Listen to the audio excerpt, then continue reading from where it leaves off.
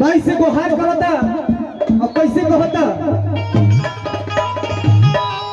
गीत अगर अच्छा लगे तो हमारा खातिर में कम से कम माई खातिर ताली आप सब जरूर बजाइब जा। लड़का कैसे कहता।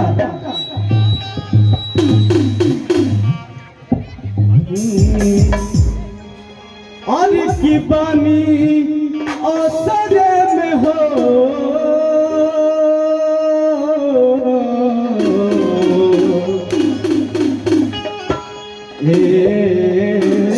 मैया और की बानी असरे में माई और की तनिका आई जाई तू मैया। लिखा कहता ए मैया असाफा बीच लाजिया बताई गई ए मैया असाफा बीच लाजिया बताई गई। आसरे में हो बानी आसरे में माई बताई गई ए मैया। प्रेम से बोली साचे दरबार की। दोनों हाथ ऊपर करके चाचा दोनों हाथ ऊपर करके माइके जयकारा लगाई सबे। प्रेम से बोलिए काली महारानी की जय।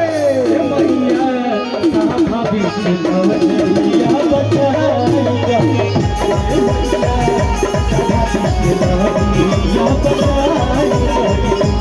काली आसरे में हो बानी आसरे में माई तनिका आई जाई मैया साफा बीच लाजिया बताई गई मैया साफा बीच लाजिया बताई गई।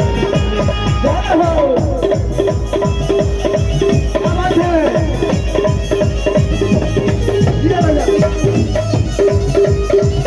दोनों हाथ ऊपर करके ताली बजाई सबे।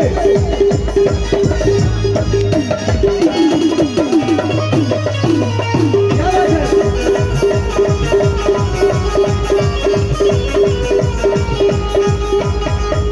आगे किसी बात है। बीना बजावे वाली तू ही हो माई हो।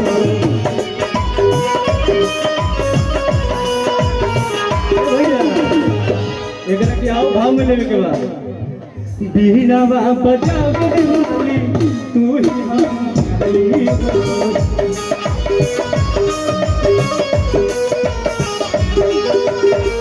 चारू ओरिया घूम आईली ओह पे कहाँ चारू हो।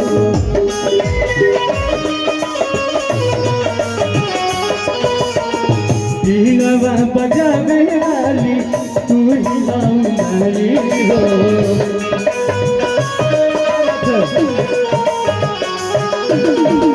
चारू ओरिया घूम आईली ओह पे कहाँ चारू हो।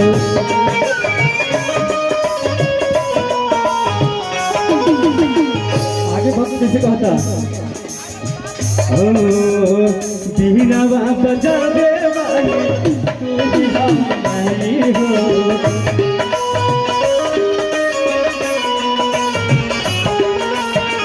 चारू ओरिया घूम आइलू आप कहाँ जानू हो।